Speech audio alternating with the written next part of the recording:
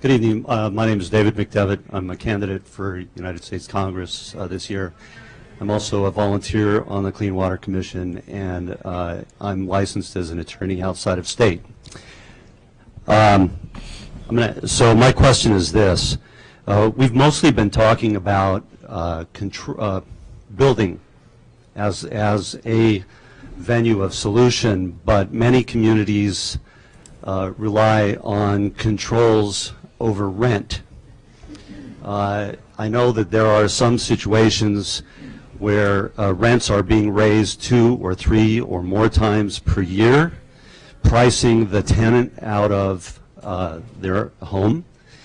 And so we have a problem where we're trying to balance the landowner's interest and the tenant's interest. What solutions in terms of rent controls might be appropriate to evaluate and consider? Sirk, you want to give that a shot? Sure, I'm willing to give that a shot. That's quite a hot rent control. Right, it's a hot potato. And I'm not an attorney, but my understanding is that in the state of Washington we can't do rent control, and a lot of controls that some other states have are viewed as rent controls here. There's some other states in the country that I've lived in where indeed you can't raise rent by more than 6% at a time on an incumbent resident, and my understanding is we can't do that in Washington, or certainly not very easily, and it's going to fall to municipalities and to a large extent to put those regulations into place. So municipalities are pretty conservative when it comes to trying to do things for which they might get hung up in court. Having said that, there are regulatory mechanisms that we can try to put in place to control the affordability of housing. And there's any number of tools out there, but one of the things that came out of the city's task force to consider is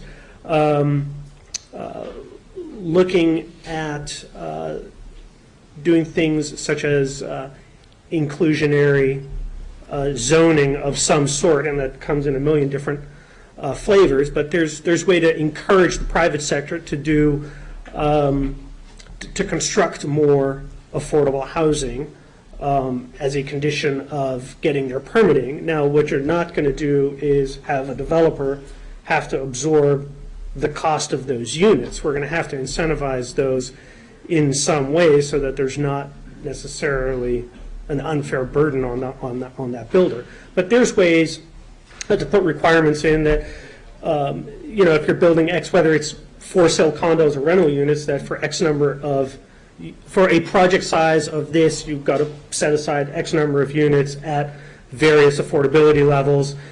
And in some situations, there might even be ways, to have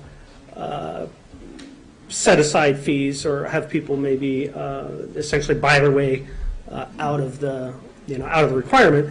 And buying their way out of the requirement can be a win-win for everybody. I mean, certainly, when we've got a tight affordable housing market across the spectrum, you're not going to require a developer to put an affordable housing unit on the top floor of a riverfront condo, if you will.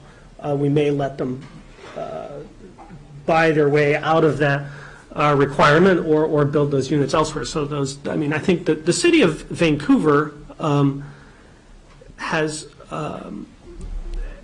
really been quite courageous, I think, over the last year, and that's one of the things that one of the recommendations out of the task force, one of the top 2 recommendations is to look at those types of things. I don't think we're going to get to rent control, but I think we're going to start seeing regulatory requirements for affordable housing development, and we just got to figure out how we as a community absorb the cost or pay for it.